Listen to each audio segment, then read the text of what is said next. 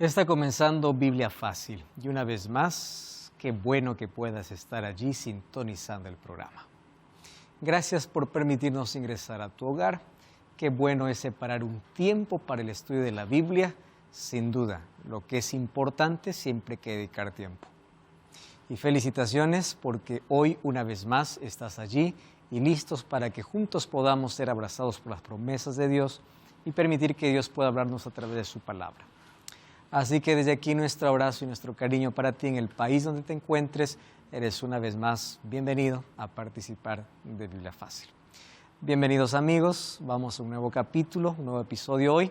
Y como siempre, antes de poder ingresar a nuestro estudio de hoy, queremos ofrecer para nuestros amigos el curso bíblico En Busca de la Verdad.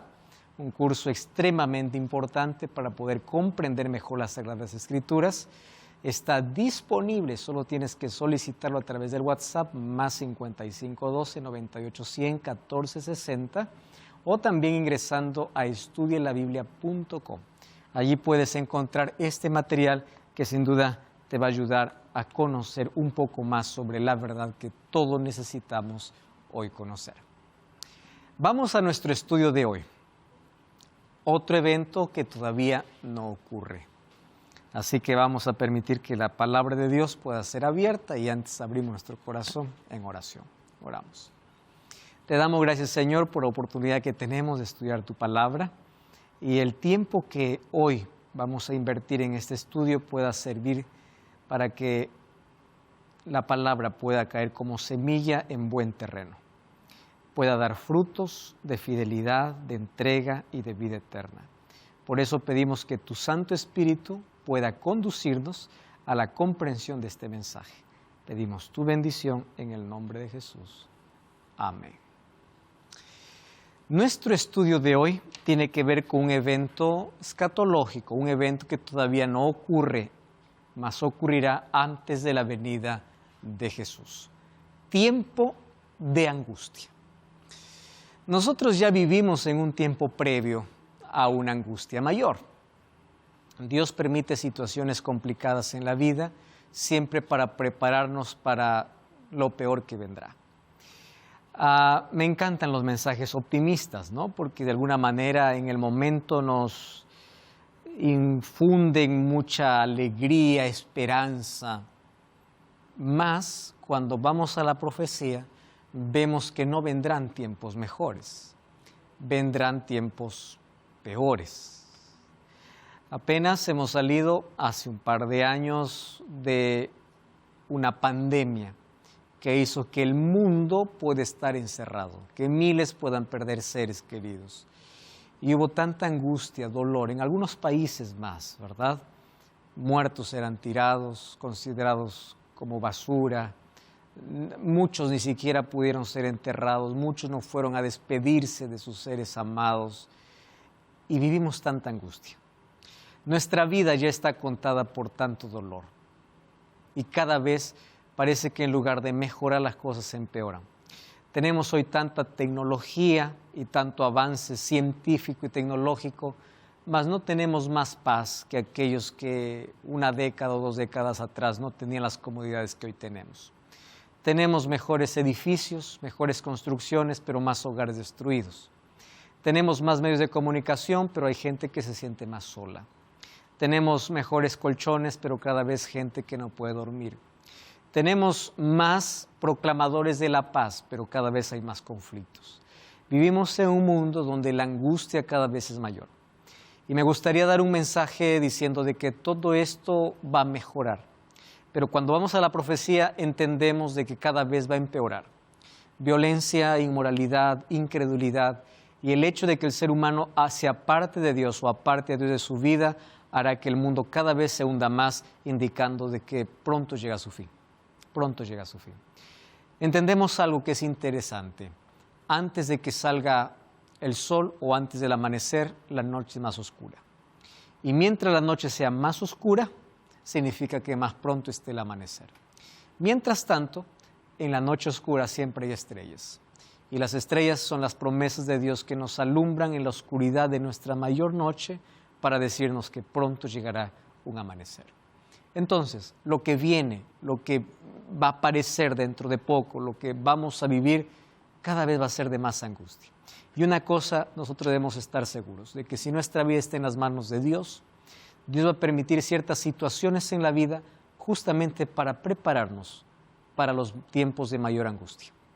Dios a veces hoy prueba nuestra fidelidad en cosas pequeñas, porque van a venir mayores cosas donde tenemos que mostrar fidelidad. A veces Dios permite situaciones adversas en nuestra experiencia, porque sabe de que van a venir peores en el futuro. Y cada vez que nosotros somos fieles y encontramos fortaleza en Dios, nosotros nos afianzamos más, nos fortalecemos más y esperamos seguros que el Dios que conduce la historia y el Dios que lleva a la humanidad hacia un final, llevará a un final glorioso a aquellos que confíen en Él. Hoy hablaremos sobre un asunto que todavía no se vivió, mas la Biblia lo narra de una manera muy dramática. Vamos entonces al texto de hoy, Daniel capítulo 12, versículo 1. Daniel y Apocalipsis son dos libros que deben leerse mucho en este tiempo. Más por ser libros proféticos, muchos desprecian la profecía. Y Daniel capítulo 12 habla sobre un evento que aún no ha ocurrido, mas ocurrirá en el tiempo del fin. Ya vimos que Daniel 3, en el capítulo anterior, narra cómo la historia se repetirá en el tiempo del fin. Mas Daniel capítulo 12 habla de aquello que el pueblo de Dios también enfrentará en el tiempo del fin. Daniel capítulo 12, versículo 1. Dice el texto así: en aquel tiempo se levantará Miguel. Primero tenemos que descifrar quién es Miguel, ¿verdad? El gran príncipe que está de parte de los hijos de tu pueblo. Y será tiempo de angustia, cual nunca fue, desde que hubo gente hasta entonces. Pero en aquel tiempo será libertado tu pueblo, todos los que se hallen inscritos o escritos en el libro. Otras versiones ahí agrega en el libro de la vida. Bueno, hay tres cosas importantes aquí de este texto. Primero, descubrir cuál es el tiempo, porque dice en aquel tiempo. Segundo, tenemos que descubrir quién es Miguel. Dice que se levantará Miguel. Y en tercer lugar, ¿cómo será esa angustia? ¿Correcto? En un solo versículo podemos explorar más cosas, más esas tres son suficientes para nuestro estudio de hoy. Sin embargo, en medio de toda esa angustia, será libertado el pueblo, que su nombre está escrito en el libro de la vida. Vamos entonces a nuestro estudio. Vamos al primer punto. ¿Quién es Miguel? Miguel va a aparecer en toda la Biblia apenas 5 veces. En esas 5 veces va a dar ciertas características inequívocas para poder descubrir de qué personaje se trata. Para muchos este puede ser un personaje enigmático y hasta misterioso. ¿Quién es Miguel? Bueno, aquí en el capítulo 12 dice que Miguel se levanta, pero nunca nos ha dicho cuándo se ha sentado o cuándo ha entrado. Aquí dice que se levanta Miguel. Cuando nosotros vamos al capítulo 7 de Daniel, ustedes recuerdan que cuando hablamos del tema del juicio, hablamos de que uno o alguien se sienta en un trono para poder juzgar y para poder comenzar un juicio. En Daniel 7 aparece aquel que juzga y los libros se abren. Y durante todo ese periodo de tiempo avanza hasta que el capítulo 12. Aquel que entra y se sienta para juzgar es aquel que ahora se levanta para libertar. ¿Por qué? Porque cuando Él se levanta ocurre algo en la tierra. Tiempo de angustia cual nunca hubo, pero inmediatamente dice que será libertado el pueblo. ¿Entienden allí la secuencia? Entonces, cuando Miguel se levanta hay angustia, pero es libertado el pueblo. ¿Cuándo el pueblo de Dios será libertado de todo este mal y dolor? En la segunda venida de Jesús. Entonces, ¿quién es Miguel? Miguel es aquel que aparece en el capítulo 7 como juez y en el capítulo 12 como aquel libertador, aquel que se levanta para libertar a su pueblo. Miguel no es en sí un nombre en sí mismo. Miguel es un título. ¿Y por qué título?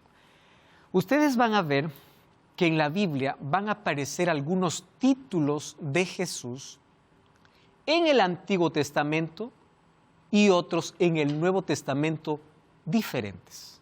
Por ejemplo, en el Antiguo Testamento, el nombre de Jesús, como todavía Jesús no se encarna, aparece con dos títulos comunes. Primero, el ángel de Jehová. Cada vez que aparece la expresión ángel, puede ser mensajero o un ángel de Dios. Pero cuando aparece el título ángel de Jehová, hace referencia específica a Cristo antes de su encarnación. El título Miguel es el título de Jesús antes de encarnarse cada vez que va a pelear. Ustedes van a encontrar que las 5 referencias de Miguel es aquel que lucha y vence. Las 5 referencias. Aquí, él se levanta y liberta. Para libertad, tuvo que luchar. Las otras referencias de Miguel van a aparecer en Daniel 13 como el ser más poderoso que los ángeles, el que vence al enemigo. Capítulo 10 como el príncipe del pueblo. Capítulo 12 como el protector y libertador. Judas 9 como el arcángel que venció al diablo y Apocalipsis 12 como el que expulsó a Satanás del cielo. Vamos a leer esas referencias para que este asunto quede más claro. Más déjenme terminar aquí la idea. Entonces, el título Miguel en sí es un título porque el nombre Miguel tiene un significado importante. Es ¿quién es semejante a Dios? Y uno puede ser sorprendido y puede decir, no, ¿cómo es que Jesús va a ser colocado como título? Claro, es que en el Nuevo Testamento vamos a ver otros títulos de Jesús. El Cordero, la puerta, el camino, la vida. ¿Qué cosas son? Títulos, símbolos. Ahora, el símbolo o el título que Jesús usa cada vez que está peleando va a ser Miguel. ¿Quieren para hacerles un ejemplo claro? Abran Apocalipsis capítulo 12.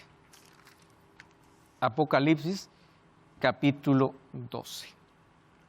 Vamos a leer el versículo 7 hasta el versículo 9. Apocalipsis 12, 7 al 9. ¿Correcto? ¿Tienes ahí el texto, Paola? ¿Puedes leer, por favor? Satanás echado del cielo. Hubo una gran batalla en el cielo. Miguel y sus ángeles combatieron contra el dragón, y el dragón y sus ángeles combatieron. Pero estos no prevalecieron, ni se halló más lugar para ellos en el cielo. Y fue lanzado fuera de ese gran dragón, la serpiente antigua, que se llama Diablo y Satanás, que engaña a todo el mundo. Fue arrojado a la tierra y sus ángeles fueron arrojados con él. ¿Cuándo se dio la batalla? ¿Antes de que Jesús venga a nacer o después del nacimiento de Jesús en la tierra? Fue antes. Mas no aparece aquí el nombre Jesús. Aquí aparece con un título. Entonces hago la pregunta, ¿quién fue aquel que desterró a Satanás del cielo? Cristo. Solo que Cristo, con los ángeles, aparece con un título. ¿Cuál es el título? Miguel. Hubo una batalla en el cielo. Miguel y sus ángeles luchaban contra el dragón y luchaba el dragón y sus ángeles. Entonces, Miguel, ¿quién como Dios? Él es Dios, el Dios eterno, solo que es un título de Cristo antes de su encarnación. Después de su encarnación va a ser Emmanuel, Salvador, Jesús, Jesucristo, la puerta, la vida, todo. Antes está como el ángel de Jehová. Haciendo referencia, por eso es que no aparece la expresión ángel de Jehová en todo momento. Aparece en situaciones específicas. La expresión ángel de Jehová aparece cuando Moisés vio la zarza ahí en el desierto y vio que no se consumía. El ángel de Jehová. Otro momento en que aparece el ángel de Jehová, ¿saben cuál es? Cuando Abraham fue a sacrificar a su hijo Isaac. Y allí dice, el ángel de Jehová aparece. ¿Quién? Cristo, antes de su encarnación, porque Él es eterno, Él es el ser divino. Cada vez que lucha, pelea, aparece con el título, Miguel. Vamos para que quede más claro todavía. Un libro antes de Apocalipsis, Judas. Judas. Versículo 9. No se menciona capítulo porque tiene apenas un capítulo, ¿no? Pero ahí está el versículo 9. Un libro antes de Apocalipsis está Judas. Judas, el versículo 9. Versículo 9. Noemí, ¿tienes el texto ahí? ¿Texto bíblico? ¿Puedes tomar el micrófono? ¿Puede leer, por favor? Judas. Versículo 9, capítulo 1, versículo 9. En cambio, ni aun el arcángel Miguel, cuando contendía con el diablo por el cuerpo de Moisés, se atrevió a pronunciar un juicio de maldición contra él, sino que le dijo, el Señor te reprenda. Muy bien. Ustedes se dan cuenta que en Apocalipsis aparece solamente como Miguel y aquí se le aparece con un adjetivo más, arcángel. ¿Quiere decir que Jesús es creado? No. Mas, ¿por qué aparece con ese título, Arcángel Miguel? Ustedes saben que esa expresión aparece en otro texto en la Biblia haciendo referencia a Jesús.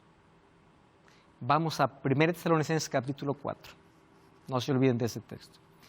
1 Tesalonicenses capítulo 4, versículo 16. Primera de Tesalonicenses, capítulo 4, versículo 16. Recuerden Judas 9, ¿está bien? ¿Qué cosa dice? El arcángel Miguel disputaba por el cuerpo de Moisés y allí dice que le dijo el Señor te reprenda. Muy bien, vamos a ver qué cosa dice 1 Tesalonicenses 4, 16. Porque el Señor mismo, ojo, Señor mismo, con voz de ¿qué dice? De mando. ¿Qué más? Con voz de arcángel y con trompeta de Dios descenderá del cielo y los muertos en Cristo resucitarán primero.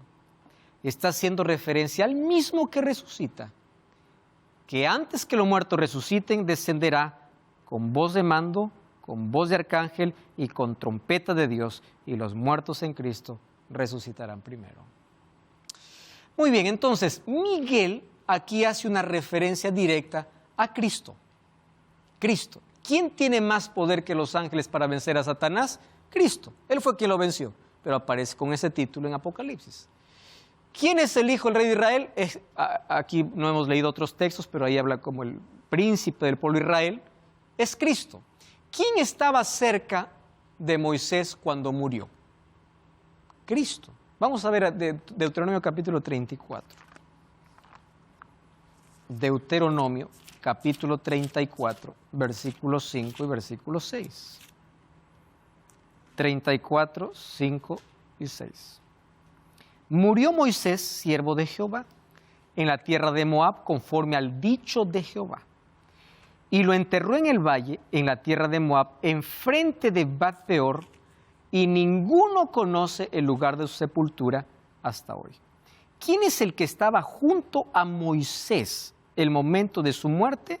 Era Dios. Y ahora Judas capítulo, el único capítulo, versículo 9, ¿qué cosa dice? Comienzan a disputar por el cuerpo de Moisés, Miguel y Satanás. ¿Por qué Miguel? Porque aquí es aquel que lucha, aquel que batalla y aquel que vence. ¿Correcto? Ahora, ¿quién expulsó a Satanás del cielo? Vamos a Lucas capítulo 10, versículo 18.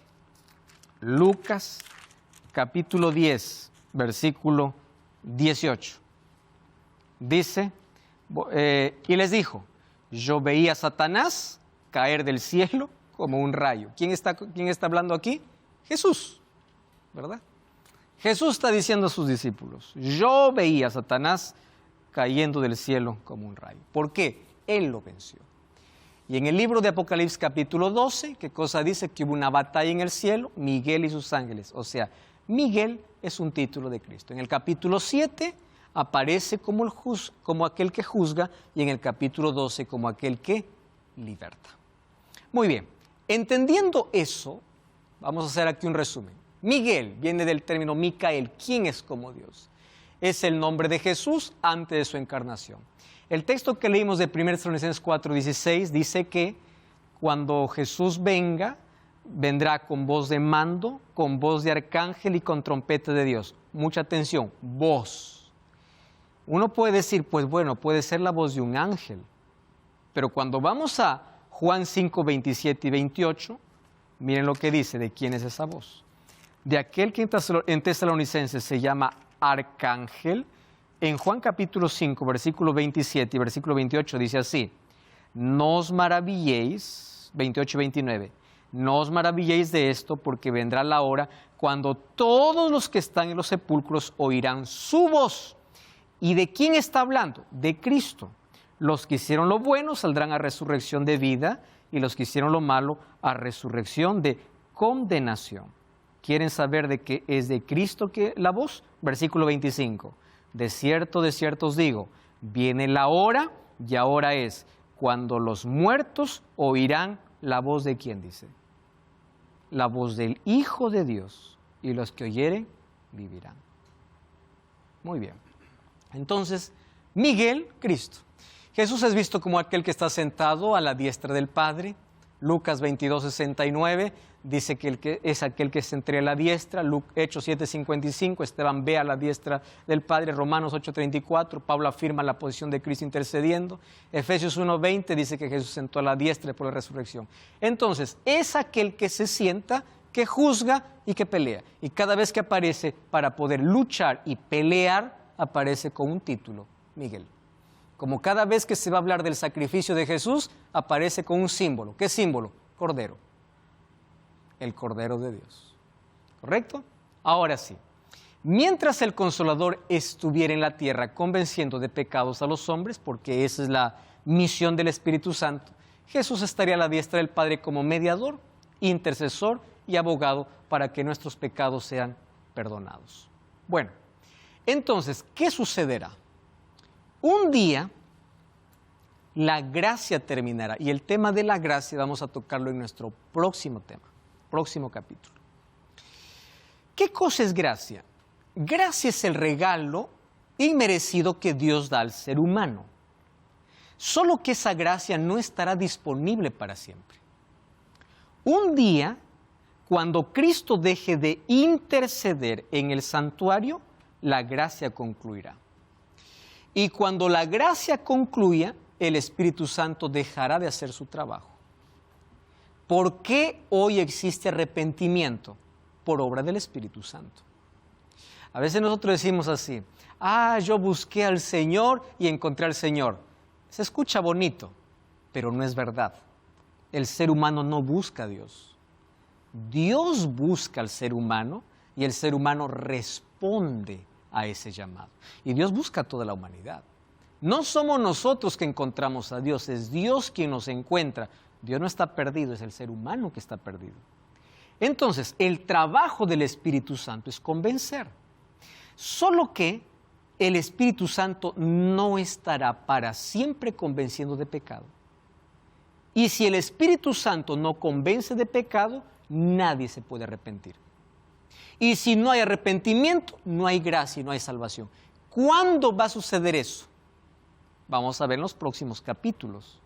Sin embargo, en el capítulo 12 de Daniel dice, cuando se levante Miguel, habrá tiempo de angustia. La acción de levantarse de Cristo en el santuario celestial, ¿qué significa? Que la gracia ha concluido. Por eso es que habrá angustia cual nunca hubo aquí en la tierra. Fernando. Quería consultar justamente sobre la gracia, quizás queda para el próximo episodio, pero ¿es compatible con la justicia? Sí, totalmente. Porque pareciera que la gracia es como un truquito donde podés saltarte lo que verdaderamente merecerías. Tenía la pregunta de, claro, si la gracia mantenía la justicia de Dios o Dios dejaba por un momento de ser justo, por eso de darnos la oportunidad sin merecerla. Y quería saber cómo compatibilizaba eso de ser justo, pero a la vez darnos la oportunidad sin merecerlo. Yo estoy seguro que más de uno se preguntó esto, sí. Estoy segurísimo. Exacto.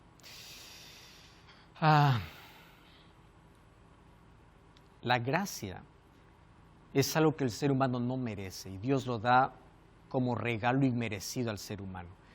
Mira, ve, es importante los términos que tú usas. Justicia es recibir lo que uno merece. Eso se llama justicia. Gracia significa recibir lo que uno no merece. Entonces, aquellos que no reciben la gracia de Dios van a recibir la justicia de Dios. Entonces, despreciar la gracia hace que la justicia de Dios caiga sobre el ser humano. La gracia es recibir lo que no merezco, pero cuando rechazo la gracia, la justicia de Dios es, te voy a dar lo que sí mereces. Y justamente una vida alejada de Dios solamente es condenación y muerte. Claro, porque la gracia es como si fuese una excepción a la justicia, pues si fuese por justicia no merecemos lo que por gracia sí. Entonces quería saber si compatibilizaban las dos. Vamos a una brevísima pausa, no cambies el canal y ya regresamos. Este video fácil. Por ahí hay una interpretación dispensacionalista que dice así: el pueblo de Dios no va a pasar por tribulación porque Dios va a raptar a su pueblo.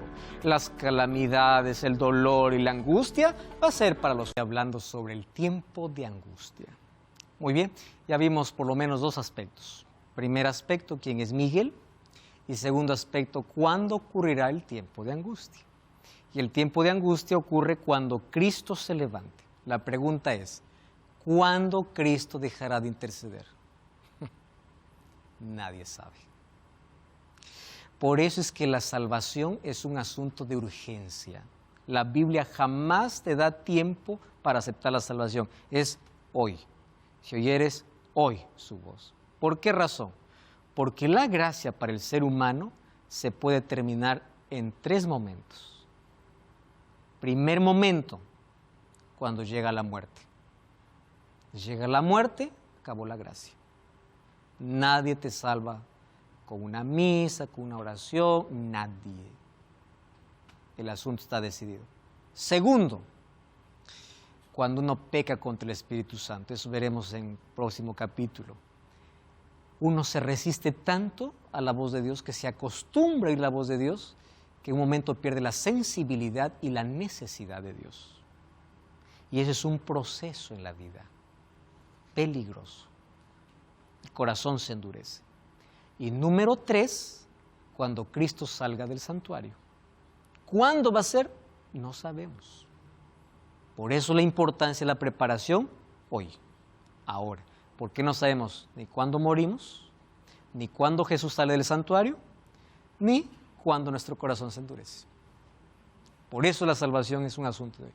¿Qué sucederá cuando Jesús sale del santuario? Jeremías 35 al 7 da un poco más de detalles sobre lo que ocurrirá. Miren lo que dice el profeta Jeremías.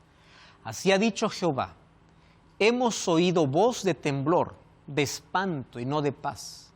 Inquirid ahora y mirad si el varón da a luz, porque he visto que todo hombre tenía las manos sobre sus lomos como mujer que está de parto, y se han vuelto pálidos todos los rostros. ¡Ah, cuán grande es aquel día! Tanto que no hay otro semejante a él. Tiempo de angustia para Jacob, pero de ella será librado. Interesante, ¿no? ¿Y qué cosa dice Daniel? Cuando Miguel se levanta, hay tiempo de angustia, pero después del tiempo de angustia, ¿qué cosa viene? La libertación. De allí será librado. ¿Quién? Y Daniel va a decir a aquellos que están escritos su nombre en el libro de la vida. Apocalipsis 7, 13 y 14. Me encanta ese texto. Para muchos esto incluso puede causar un poco de confusión. Pero miren cómo dice. Uno de los ancianos habló diciéndome: estos, porque antes del versículo 13 hay una pregunta, ¿quiénes son estos? Y ahí viene la respuesta. Estos que están vestidos de ropas blancas, ¿quiénes son y de dónde han venido?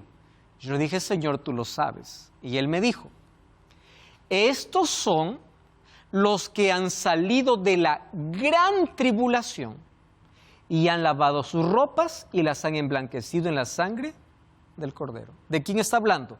De los redimidos en el cielo. Presten atención acá. Por ahí hay una interpretación dispensacionalista que dice así: el pueblo de Dios no va a pasar por tribulación porque Dios va a raptar a su pueblo.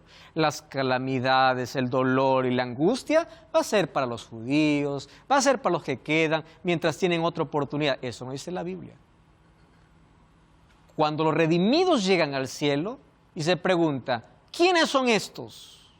Los que han pasado por la gran tribulación. Está hablando justamente o específicamente de ese grupo remanente en el tiempo del fin que pasa por el mayor tiempo, o por el tiempo de angustia, cual nunca hubo, a los cuales de manera simbólica en Apocalipsis se les denomina con un nombre, 144,000. No porque el número sea literal, sino porque representa un pueblo que es fiel a Dios, que guarda los mandamientos de Dios y que pasa la mayor tribulación.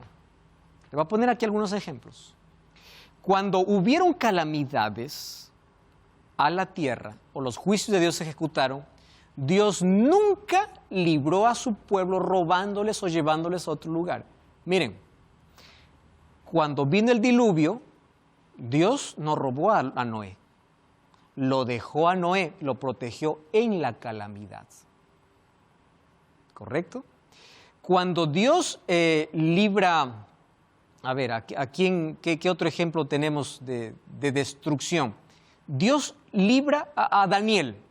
No lo sacó del foso, en el foso de leones. A los 3 amigos de Daniel, no lo libró del horno, en el horno los libró. Entonces, Dios no nos libra de la tribulación, sino está con nosotros en la tribulación. Él está a nuestro lado. Entonces, este grupo de 144,000 que finalmente representa el grupo que pasará el tiempo de angustia y que esperará vivo a Jesús, son los que han salido de la gran tribulación. Y cuando dicen emblanquecido sus ropas, ropa significa carácter, ¿no? Su carácter es semejante al de Cristo. Su vida está revestida de la justicia de Cristo. Ellos lo han emblanquecido en la sangre del Cordero porque es por la gracia y el sacrificio de Jesús que están allí.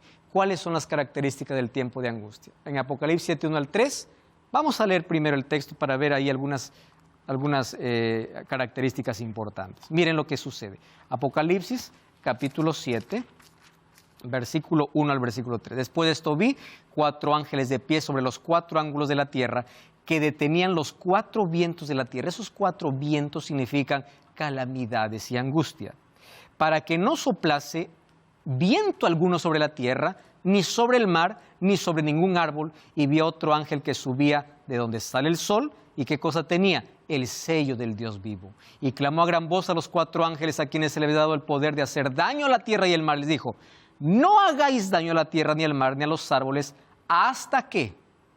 Ese hasta qué significa, cuando terminamos esta obra, puede soltar. Hasta que se hayan sellado en sus frentes a los siervos de nuestro Dios. Y oí el número de los sellados, 144,000 de todas las tribus de los hijos de Israel, que obviamente es un número simbólico representando al pueblo de Dios en el tiempo del fin y aquel que no experimentará la muerte. Presten atención acá. 4 ángeles sostienen las calamidades. Hasta hoy hemos vivido muchas calamidades en el mundo, pero lo que viene es peor. ¿Por qué peor? Porque ahora todavía no ha llegado este tiempo. El sellamiento todavía está en su curso. ¿Y cómo somos sellados? Por el carácter de Dios, por el amor de Dios, por el Espíritu Santo. Hay un sello escatológico. Y el sello ya vimos en el programa anterior, ¿verdad? Así como hay una marca de la bestia, hay un sello de Dios. Hay una señal de Dios que tiene que ver con lealtad, con obediencia. Ahora, ¿qué cosa sucede? El pueblo de Dios es sellado. Y cuando el pueblo de Dios termina de ser sellado, el Espíritu Santo se retira de la tierra. ¿Qué significa que el Espíritu Santo se retira de la tierra? El Espíritu Santo deja de hacer su obra de convencer de pecado. ¿Ustedes saben cuándo vino el diluvio? Cuando el Espíritu Santo dejó su misión. Vamos a Génesis capítulo 6. Miren, ven. Esto es clave que nosotros podamos entender. Génesis capítulo 6, versículo 3. Dice así. Y dijo Jehová, no contenderá mi espíritu con el hombre para siempre. Porque ciertamente él es carne y serán sus días 120 años. Y desde allí comienza versículo 4 y 5. Vio la maldad que era mucha sobre la tierra, todo designio, y Dios decide destruir. Muy bien. Antes de demostrar la maldad en extrema que Dios va a eliminar, ¿qué cosa dice? Mi espíritu no contenderá, o sea, no trabajará ni luchará para siempre con un hombre rebelde. Antes del diluvio, ¿cuántos años de gracia Dios dio para el pueblo antediluviano? 120 años. Durante todo ese tiempo el Espíritu estuvo trabajando, pero un día deja de trabajar y el juicio se ejecuta.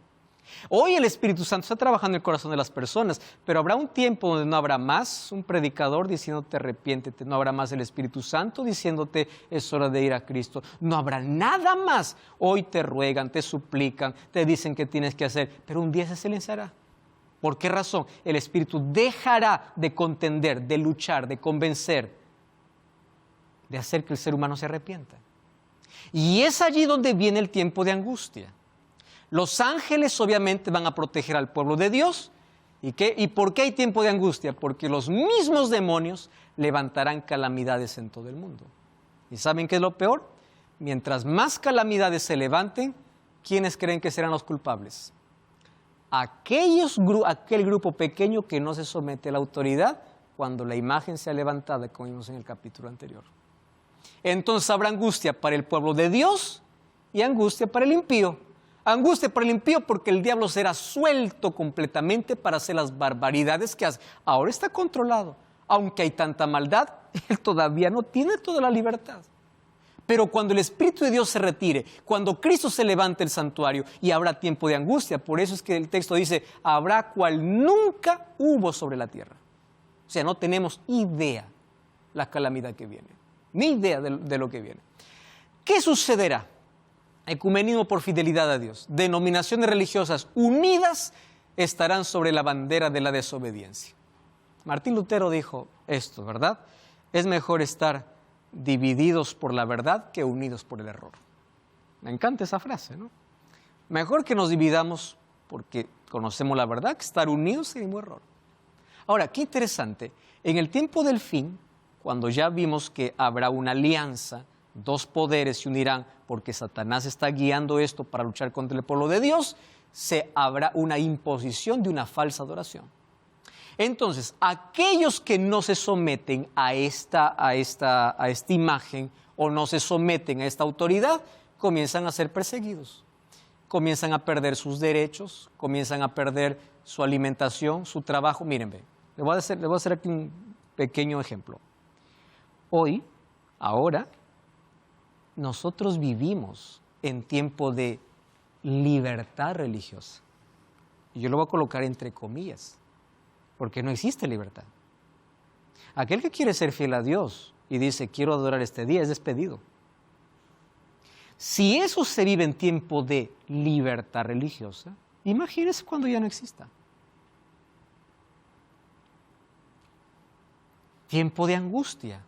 Todo el mundo se habrá unido, Dios entenderá, Dios entiende, ya yo hago lo que quiero, ¿qué importa? Pues nos sometemos al poder, finalmente Dios es amor. Y a veces entendemos mal el amor de Dios, pensamos que el amor de Dios es permisivo, que nos permite hacer lo que queremos. Y no es así. Ahora, todos unidos sobre la bandera de la desobediencia, obedeciendo a ese poder o a ese sistema religioso que impone una adoración contraria a la que Dios pide. El pueblo de Dios como minoría será acusado de estar causando calamidades en el mundo, hasta que un decreto será pronunciado contra todos los que son fieles a la ley de Dios. Claro.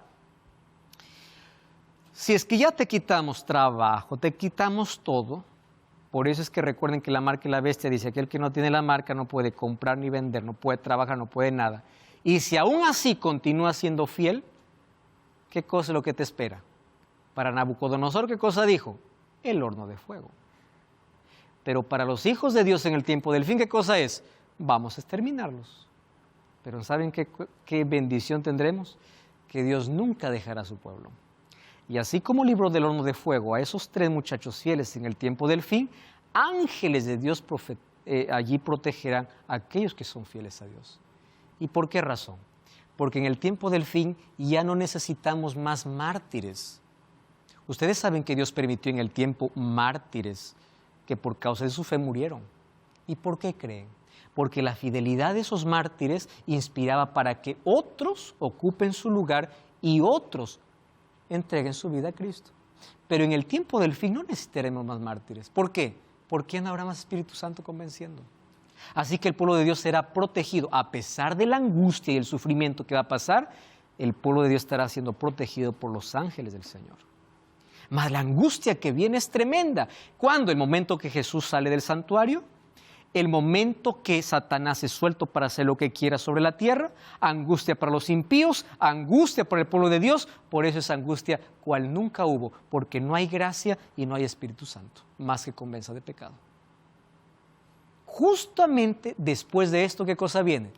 La libertad. Ahora, ¿recuerdan que Isaías dice que será la angustia como de Jacob? ¿Por qué una angustia de Jacob? ¿Qué cosa causó la angustia de Jacob?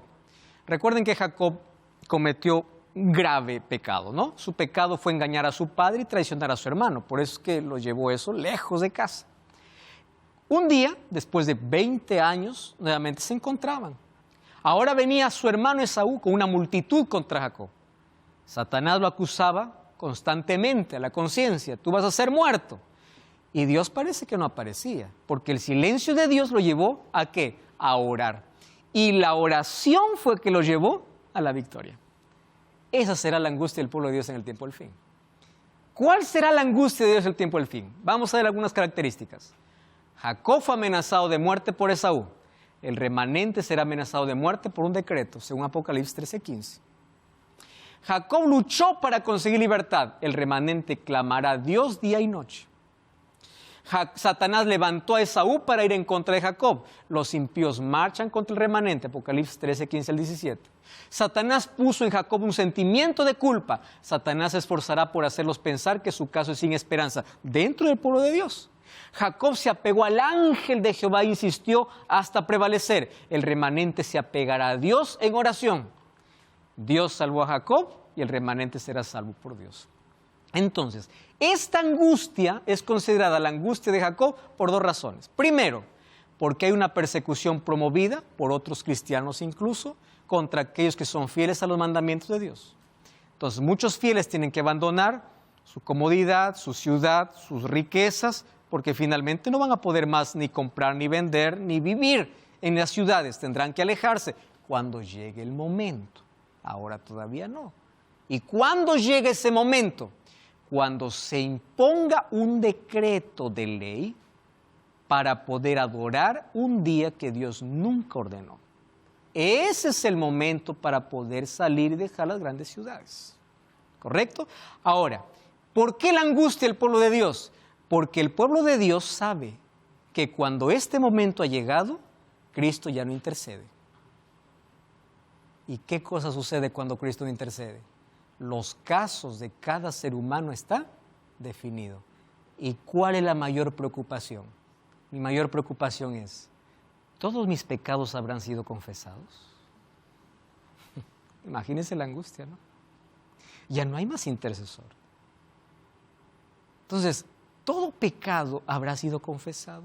Ahora ustedes entienden la importancia de la experiencia con Dios, que no es una vez por semana, no es ser parte de la iglesia simplemente, es experiencia real todos los días.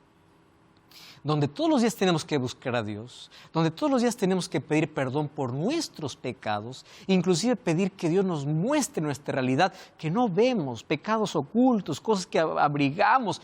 ¿Por qué? Porque cuando llegue el tiempo de angustia de Jacob, nuestra mayor preocupación no será haber perdido las cosas materiales, sino, ¿de verdad estoy salvo? Pero ¿saben qué cosa es lo que me encanta de todo esto? A pesar de la angustia y el silencio de Dios, la oración le mantiene tan cerca de Dios que finalmente el pueblo que es perseguido, el pueblo que tiene esa conciencia, aunque no está claro si su caso es de salvo perdido, al acercarse y aferrarse tanto a Dios, finalmente recibe la libertad de Dios. ¿Recuerdan a Jacob dónde fue antes de recibir a su hermano Esaú? A orar. Y cuando oró, estaba con el Salvador. Se aferró tanto y le dijo, yo no te voy a soltar mientras tú no me bendices. No te soltaré. Y el hecho de aferrarse tanto hizo que su victoria sea real. El pueblo de Dios triunfará no por los méritos que tenga, sino por haberse aferrado tanto a su Salvador. Ese es el secreto de toda la victoria. ¿Qué tenemos que hacer para prepararnos para la angustia? Tenemos que tener cuidado con aquello que llamamos pecaditos chiquitos. Ustedes saben que nosotros condenamos mucho y hemos categorizado los pecados, ¿no? Pecado grande, pecado pequeño, mentira blanca, ¿cómo es? Mentira negra. Este es un pecado insignificante.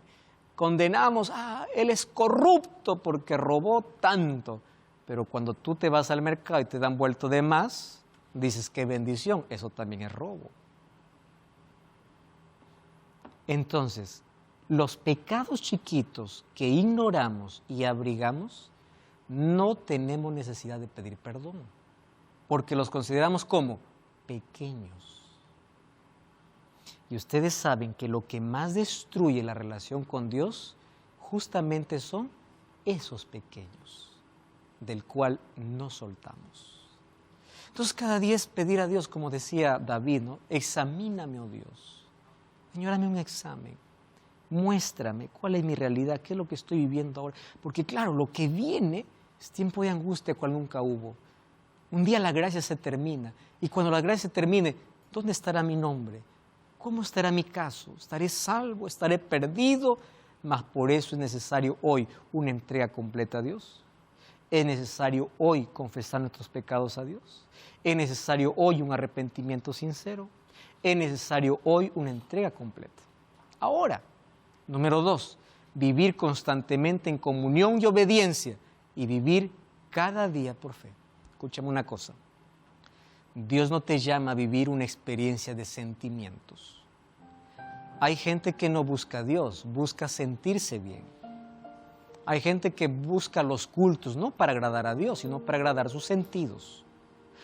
Yo me siento bien aquí porque hay música que me agrada, hay gente que me agrada, a mí me agrada. O sea, ¿tú vas para agradarte o para agradar a Dios? ¿Sabes qué cosa agrada a Dios? Palabra. Cuando tú busques una iglesia, busca un lugar donde se abra la palabra, donde se estudie la palabra, donde la palabra de Dios sea exaltada, donde Cristo sea exaltado, donde la verdad pueda ser colocada por encima de los sentimientos, porque el camino del cristiano no es una vida de sentimientos, es una vida de fe. Los sentimientos tienen su lugar, pero nunca para determinar nuestra decisión por salvación. El justo por fe vivirá. ¿Y sabes qué cosa es fe? Confiar completamente en Dios, aunque yo no sienta. Por eso yo te voy a hacer un llamado. Entrégate a Jesús. Y no esperes sentir, pastor, yo espero sentir. No, porque la vida cristiana no se basa en sentir, se basa en creer.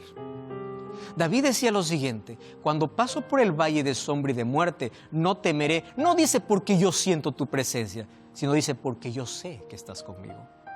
Cuando pases por el silencio y la oscuridad de la vida, cree que las promesas de Dios son reales y Él no te abandona porque Él no falla. Comienza a creer y en el nombre de Dios entrégate, no porque sientes, sino porque crees que Dios te está llamando. Yo estaré orando para que comiences a vivir la mejor y la mayor experiencia de fe, para que cuando llegue el tiempo de angustia, tú puedas formar parte de aquel pueblo que será libertado porque su nombre está escrito en el libro de la vida. Isaías 33, 16 y 17 dice que aquellos que confían en Dios, este habitará en las alturas, fortaleza de rocas será su lugar de refugio. Se le dará su pan y sus aguas serán seguras. Tus ojos verán al Rey en su hermosura. Nunca hay que temer a la angustia que viene, porque Dios cumple sus promesas. Dios te sostendrá. Y hoy de alguna manera nos está preparando para todo lo que vendrá. Mas la angustia no solamente será para el pueblo de Dios. El pueblo impío también tendrá angustia de recibir 7 plagas, que eso veremos en un próximo programa. Finalmente, cada uno decide cómo pasar esa angustia, solo o con Cristo. Por eso hoy es la oportunidad de hacer nuestra entrega a Jesús y de comenzar a vivir una vida con Él. ¿Tú quieres tener esa experiencia? Ora conmigo. Querido Dios, gracias por tu palabra. Gracias porque en ella nos muestra lo que vendrá, mas también la seguridad de que tú nunca nos abandonarás. Hacemos nuestra entrega y queremos caminar contigo siempre. Queremos que nuestros nombres estén escritos en el libro de la vida para que podamos ser libertados por ti cuando regreses. En el nombre de Jesús. Amén. Te invito como siempre a buscar una iglesia adventista el séptimo día para juntos continuar comprendiendo el plan que Dios tiene para nuestra vida. Que Dios te bendiga. Nos encontramos en nuestro próximo programa de Biblia Fácil. Hasta la próxima.